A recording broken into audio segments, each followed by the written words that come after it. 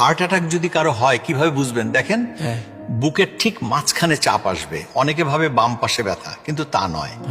বুকের মাঝখানে এমন চাপ লাগবে যেন 20 কেজি ওজনের পাথর বুকে চাপা দিয়েছে। খুব ভারী লাগবে আর নিঃশ্বাস নিতে কষ্ট হবে।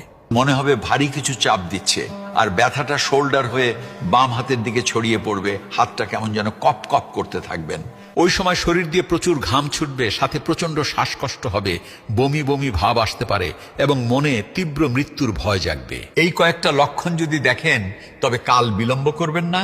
হাসপাতাল পাশে থাকলে নিবেন, কিন্তু দূরে থাকলে বাসায় চিকিৎসা করুন। প্রি হসপিটাল ম্যানেজমেন্ট খুব ইম্পর্টেন্ট। একটা ট্যাবলেট অ্যাসপিরিন 300 mg চিবিয়ে খেলে মৃত্যুর ঝুঁকি 50% কমে। নাইট্রোগ্লিসারিন স্প্রে জিহ্বার নিচে 2 চাপ দিন, আর অ্যাটোভাস্টাটিন গ্রুপের যে কোনো একটা ওষুধ 40 mg খাইয়ে দিবেন। আল্লাহ চায় তো তার মৃত্যুর ঝুঁকি ইনশাআল্লাহ আপনি 70-80 ভাগ বাসাতেই কমালেন। এরপর রোগীকে দ্রুত হাসপাতালে নিয়ে যাবেন।